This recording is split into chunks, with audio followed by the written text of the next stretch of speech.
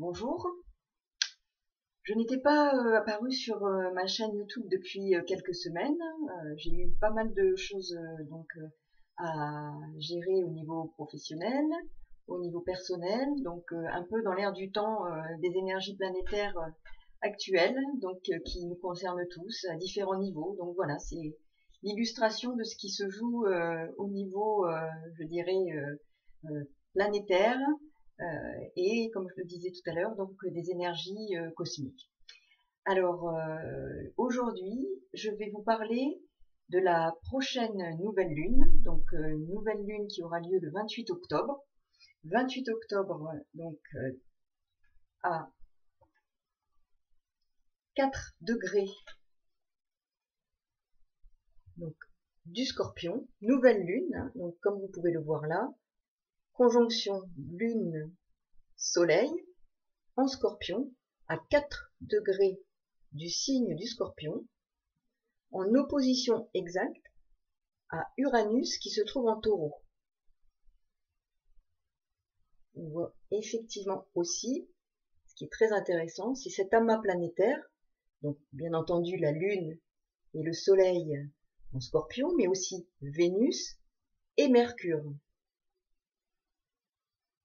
Et les planètes maîtresses du signe du Scorpion, où se trouvera cette nouvelle lune du 28 octobre, sont pour Mars en Balance, au carré de Pluton en Capricorne. C'est une nouvelle lune qui promet, je dirais, des transformations, des mutations, vraiment des morts à soi-même, des morts, je dirais, des deuils à faire, alors par rapport à des comportements, des modes de pensée, des modes d'agir, émotionnels, affectifs, des deuils parfois, je dirais, bien réels. En même temps, voilà, c'est une lunaison, une nouvelle lunaison qui est pleine d'engagement vers des transformations à différents niveaux, mais qui risque d'être, je dirais, parfois douloureuse. Alors, pour être plus précis, que nous dit cette nouvelle lune du 28 octobre, 4h40, heure de Paris? Alors cette nouvelle lune, donc du 28 octobre, se situe bien effectivement dans le signe du Scorpion, à 4 degrés 25 minutes, en opposition exacte à Uranus en Taureau. Donc le signe du Taureau, la planète maîtresse est Vénus. Et Vénus est aussi en Scorpion. Donc c'est une nouvelle lune qui est très scorpionne. Donc avec toutes les caractéristiques du Scorpion, donc que vous connaissez déjà. En tout cas, je vais y venir plus dans le détail et vous expliquer effectivement, en fonction des planètes qui vont se trouver dans le Scorpion, comment elles vont être imprégnées de ces énergies du Scorpion. Donc, Vénus sera conjointe à Mercure, qui sera effectivement donc en Scorpion aussi. En conséquence, c'est un amas planétaire en Scorpion, 4 planètes, une nouvelle lune inscrite dans l'axe de la purification. Effectivement, l'axe Taureau-Scorpion est un axe de purification, de transformation des énergies, de dépossession. Les deux planètes maîtresses du Scorpion, comme je vous l'ai indiqué tout à l'heure, Mars et Pluton, sont de surcroît au carré l'une de l'autre. Donc le carré, correspond à 90 degrés d'écart. Donc, il s'agit de la question de l'attachement et de la possession, du détachement et de la dépossession. Le rejet de tout type d'attachement est en question. La planète maîtresse de Mars, puisque Mars est en Balance, donc cette planète maîtresse est Vénus, et comme je le disais, donc en Scorpion. Cette nouvelle lune axe donc le travail de façon majeure sur la dépossession, la nécessité de se défaire de ce qui fait attache et attachement, pour aller vers le renouveau de notre conscience. Alors ça peut se passer à différents niveaux, puisqu'en fonction de nos vibrations, de notre niveau de conscience, nous sommes confrontés à des situations qui correspondent à ce niveau de conscience et auxquelles nous réagissons. Donc les vibrations des planètes, donc nous vibrons en fonction de ces vibrations aussi. tout est vibration, et au regard de ça, nous allons vivre les énergies de ces planètes à des niveaux énergétiques différents, donc avec des situations qui correspondront à ce niveau énergétique. Ça peut être tout à fait intérieur, ou par rapport à une situation extérieure qui va se manifester et qui va nous pousser à une transformation, à une transformation intérieure, mais aussi à une épreuve qui sera une étape pour une prise de conscience. Pour mémoire, Pluton est conjoint au nœud lunaire sud, qui indique ce que nous devons laisser. Donc vous savez, les nœuds lunaires, nœud sud, qui se trouve en Capricorne, nœud nord en Cancer, est très actif. Cet axe est très actif actuellement, surtout que le nœud sud, et alors la conjonction est moins proche aujourd'hui, mais toujours est-il que le nœud sud est toujours à proximité de Saturne, dont il est plus près, donc le maître du karma, et Pluton. Donc ce qui nous demande de faire table rase de nos anciens attachements, de ce qui a fait effectivement sens pour nous jusque-là, mais aujourd'hui nous devons faire table rase de ces anciens modes de fonctionnement, modes de pensée. Donc nous devons nous défaire. De quoi devons-nous nous défaire? De ce qui fait lien d'attachement avec le passé. Nos valeurs, notre façon d'aimer, nos sentiments, nos amours, notre façon de penser, nos émotions, l'image que nous avons de nous parfois. Tous ces aspects pourront connaître pendant cette lunaison, et particulièrement pendant cette nouvelle lunaison, effectivement, des changements très importants, voire des bouleversements parfois inattendus. Je rappelle que Uranus est opposé en opposition exacte à cette conjonction, donc à cette nouvelle lune, lune, soleil en Scorpion. Donc ces bouleversements peuvent être parfois pressentis. On le voit dans nos existences, on sent qu'il y a des choses qui vont bouger, qui peuvent bouger. On peut en avoir peur, parce qu'en Scorpion, il y a des angoisses qui peuvent émerger, des peurs profondes, mais qui nous enjoignent à une transformation, à la mort, à nous-mêmes, pour renaître comme le phénix de ses cendres. Avec cet amas planétaire en Scorpion, d'autres l'appelleront un stellium, et Neptune en Poisson, l'intuition est plus forte, plus puissante. La Lune en Scorpion favorise ces ressentis profonds et permet d'aller au-delà des apparences, qui font émerger parfois des angoisses profondes. Pluton, je le rappelle, le maître des enfers. Mars au carré de Saturne rend quant à lui les actions abruptes et le bras de fer possible. Saturne demeure conjoint au nœud sud, mais le détachement progressif s'opère à l'image de ce qui est en train de se jouer actuellement pour bon nombre d'entre nous. Regardez dans vos vies, vous avez certainement à lâcher du lest sur certains aspects, à tourner le dos, je dirais, à d'anciens fonctionnements, où ça s'imposera à vous, couper avec d'anciens liens, faire face à des deuils, à des épreuves, qui nous poussent à imaginer un présent et un futur différemment, à nous projeter différemment, à développer d'autres compétences, une autre image de soi. Nous devons faire effectivement une forme de nettoyage pour se déposséder d'anciens fonctionnements qui nous collent à la peau. Nous devons effectivement nous défaire d'anciens schémas de fonctionnement avec nos proches, d'anciens schémas de pensée, de vivre le quotidien. Mais cela se passe par des angoisses profondes, des crises, des remises en question. Il s'agit d'un nettoyage pour accéder à un autre niveau de conscience, à un autre niveau vibratoire, lié au mouvement vibratoire de notre planète. N'oublions pas qu'Uranus est en Taureau et qu'il vient bousculer la Terre-planète avec ses vibrations d'éveilleur. Il est l'éveilleur. Il enjoint à l'éveil. Il s'agit d'une forme d'accouchement d'une nouvelle conscience planétaire.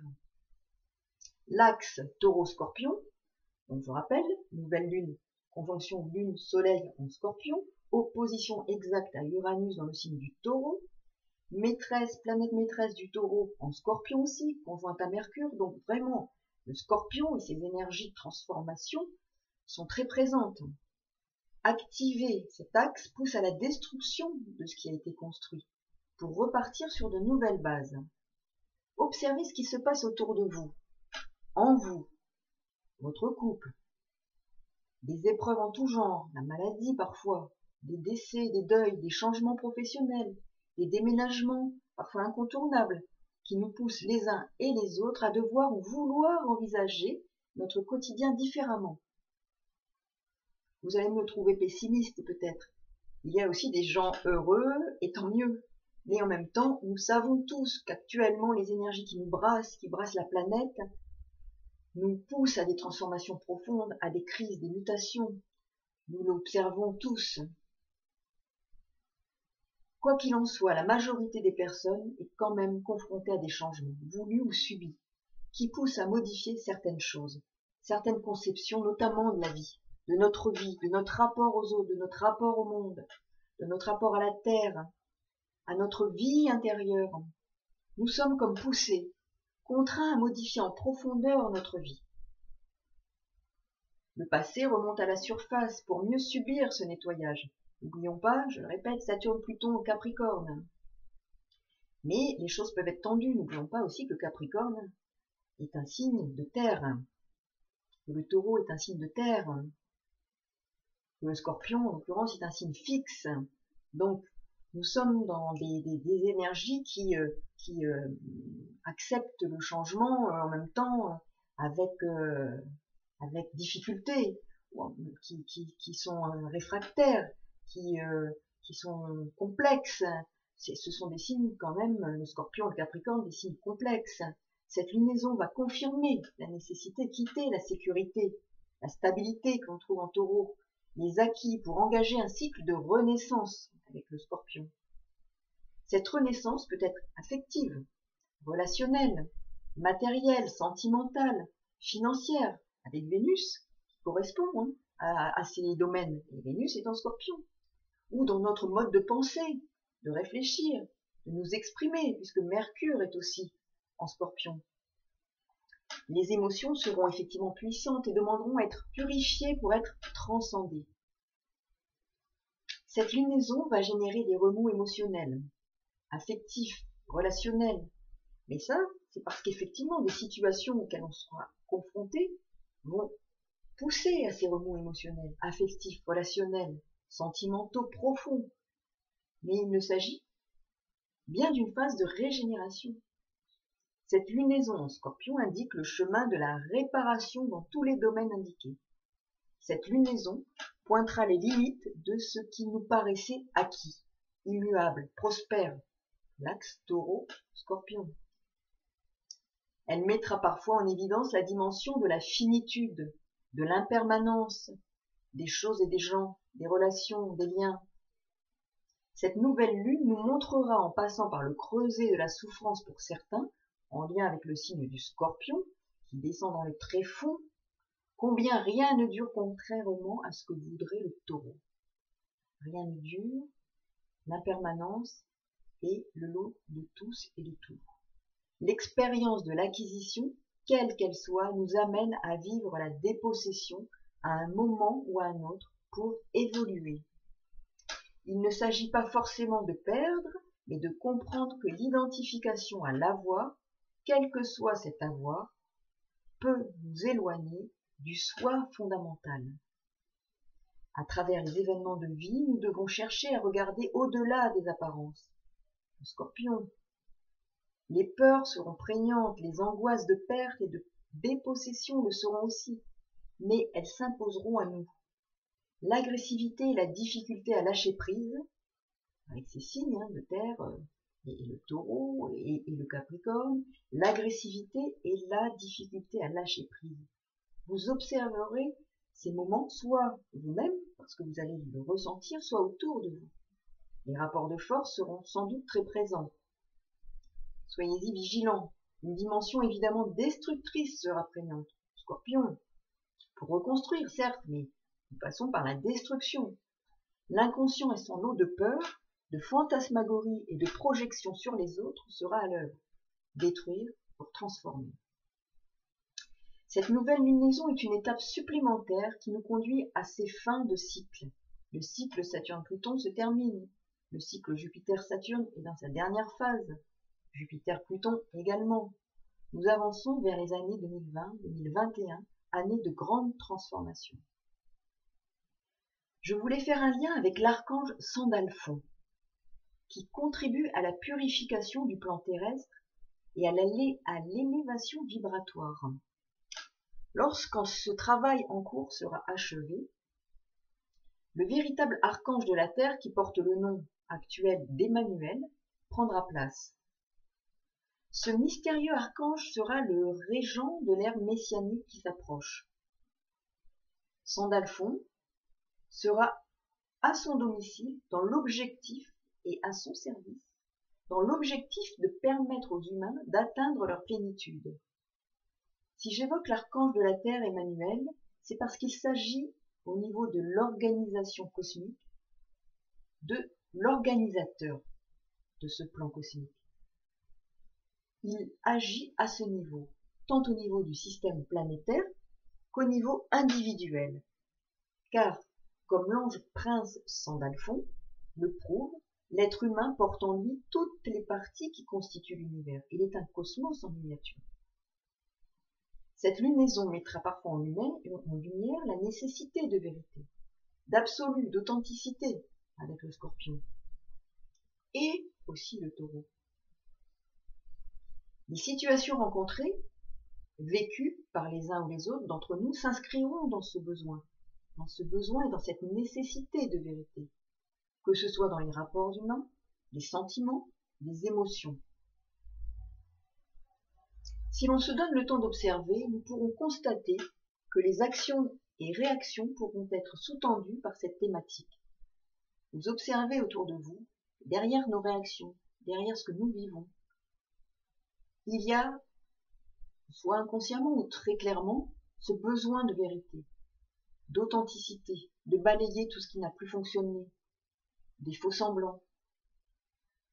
Il s'agira de retrouver l'authenticité première de nos valeurs, de nos sentiments, de nos rêves, de nos envies, de nos besoins fondamentaux que nous voudrons voir davantage respectés, de notre moi profond. C'est pour ça qu'il pourrait y avoir des décisions par rapport au couple, par rapport au travail, dans nos relations professionnelles, dans nos relations affectives, pour qu'effectivement les choses repartent sur d'autres bases. Et parfois, il faudra qu'il y ait des ruptures, parce que ce ne sera pas possible de maintenir et d'accéder à la vérité dans le contexte dans lequel nous sommes.